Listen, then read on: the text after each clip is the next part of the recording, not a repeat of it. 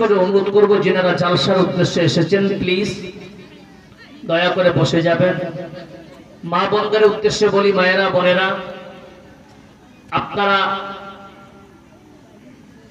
বহুত সম্মানী মানুষ, আপনাদের ইজ্জত করা আমাদের কর্তব্য। এমন কোন জিনিস করবেন না যে বাইরে থেকে এসে আমাদের মুখ থেকে আপনাদের বিরুদ্ধে গালি বের হয়, তাই না? এবং সূরা আল আসর পুরোটাই আমি আপনাদের সম্মুখে তেলাওয়াত করেছি। বুখারী এবং মুসলিম শরীফের দুটি হাদিস আপনাদের সামনে রেখেছি। কোরআন এবং সহিহ সুন্নাহকে সামনে রেখে অল্প সময়ের মধ্যে আমি এখান থেকে বিদায় নেব। আমার তৌফিক ইল্লা বিল্লাহ। রব্বি ইশরাহ লি সাদরি ওয়া ইয়াসসির লি আমরি ওয়াহলুল উকদাতাম মিন লিসানি ইয়াফকাহু কওলি। সর্বপ্রথমে বলি যে আমি যখন এই আপনাদের হাওড়া ব্রিজটা পার করছিলাম, হাওড়া ব্রিজ বুঝেন, আজকের যে হাওড়া ব্রিজ, কিন্তু হাওড়া ব্রিজের নিচে কিন্তু পিলার নেই, খাম্বা নেই, কিন্তু এর প্রচুর খাম্বা।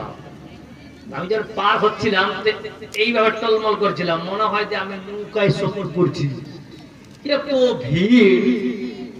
তো আমি মনে মনে ভাবলাম, আল্লাহ তো লাখ লাখ শুকর যে আজকে মানুষ অনেক হবে, কিছু হাদিস কোরআন শোনাবো, একটা মানুষ তো আমল করবে। কিন্তু এখানে এসে দেখছি পুরো উল্টো। আচ্ছা, কুরবানির পর থেকে কি আপনাদের এলাকায় গরু জবাই হয়নি? কথা বলেন, হয়েছে? কুচুয়া মাদ্রাসা জালসা মাংস রান্না করেছে বলে শক্তি ভাঙিয়ে চলেছে খাওয়ার লাগে। আমার মনে হয় আগে মাস 2 মাস 3 মাস পর মনে হয় মানুষের মুখে মাংস জট নাকি, আর এখন সপ্তাহে 7 দিন 14 দিনই মনে হয় মাংস খায়, তাও পেট ভরে না। হচ্ছে ভাই, তাই না?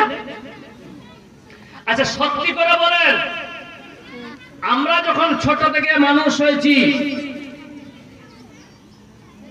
তখন 2 মাস 3 মাস 2 টুকরা করে পেতাম ভাগে, ওই স্বাদ আর এখনকার যুগে যে মাংস রেগুলারিটি চলছে, এই স্বাদ সমান আছে? বা আপনাদের কাছেও তো সমান আছে? আপনারা ভাতিয়া না বাদিয়া? জি বাদিয়া। বাদিয়া মাশহুর ছিল চাউলের ছাতু আর কি বলে যেন আচার। গুলন্দর একটা আমার বন্ধু আছে ইয়াসির আরাফাত, ওর কাছে খুব খেয়েছি আমি। চাউলের ছাতুতে যত পানি দিবেন তত বাড়বে নাকি সে? হাই রে লবণ দিয়ে মজা রে ভাই। আর এখনকার বাজারে আপনারা বাজে খাবার খাচ্ছি বলে আমাদের জন্য নার্সিং হোম, আগে নামই জানতাম না নার্সিং হোম, আর এখন আপনাদের আমাদের বরকতে 100 নার্সিং হোম মালদা জেলাতে পড়ে আছে। বলুন ঠিক না ঠিক? তাই না? কে যাচ্ছে? ওরা বুঝে গেছে ডাক্তার আপনাকে দেখে ওষুধ দেয় না, ওরা নিজের মন মানিতে ওষুধ দেয়। বুঝতে পারলেন? গায়নো যারা ডাক্তার, মা ছাড়া দেখবে যেন বাচ্চা পেটে 2 মাস আসতে, তো তখন যাচ্ছে কোথায়? পিকে মন্ডল যাচ্ছে না, রায়গঞ্জে, ইটাহারে, এদিকে যাচ্ছে। বাচ্চা এখনো আসেনি, খালে চেক আপ করেছে 500 আর 3000 টাকার কালে ওষুধ ধরিয়ে দিয়েছে, তার মধ্যে 4টা ফাইল। তাই না ভাই? তো আমি আপনাকে বলি, ওষুধ খেতে হবে না, সুগারের খেতে হবে না, ডায়াবেটিস খেতে হবে না, গ্যাসের বড়ি খেতে হবে না, কিছুই খেতে হবে না। একবার আপনি আমার মিতা এমদাদুর রহমান সাহেব নাকি আপনার, আমার মিতা আরো বড় বড় ইনার থেকে আরো বড় আলেম পান, ওনার সহবাতে থাকবেন, শুধু খালি একটা জিনিস করবেন, সেটা হচ্ছে কি, জীবনে আপনার সুগার হবে না। কে কে ওষুধ খাবেন হাত কাটা করেন তো, ফ্রি। তার মানে আপনার সুগার আছে নাই? বাঁচতে চান? দেখেন বাঁচতে চাইছে আর এবার দেখেন, একটা মানুষ জীবনে নামাজ পড়তো না, অথচ যেদিন থেকে সুগার হয়েছে ওই গাধা ফজরের আগে দিয়ে লেফট রাইট লেফট 3 কিলোমিটার হাঁটতেছে। এটা আল্লাহর কি গজব নয়? যারা এই ফজরের নামাজ পড়বে এবং নামাজটা যদি তার সঠিক পদ্ধতিতে হয়, জীবনে ওর সুগার হবে না, বলুন ইনশাআল্লাহ। নাম্বার 2, আমি ভূমিকা একটু টানতে যে আপনারা বিরক্ত যদি হন ছেড়ে দিব কি। নাম্বার 2,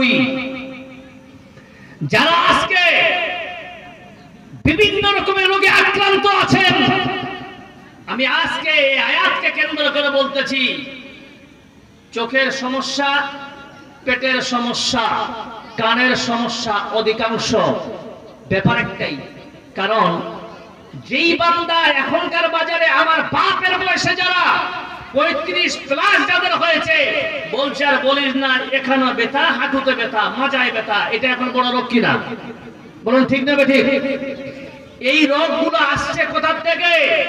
কারণ আপনি নামাজি হয়েছেন 55-60 বছরের পরে, আপনার নামাজি হওয়ার কথা ছিল 7 বছর থেকে 11-র মধ্যে, 11 থেকে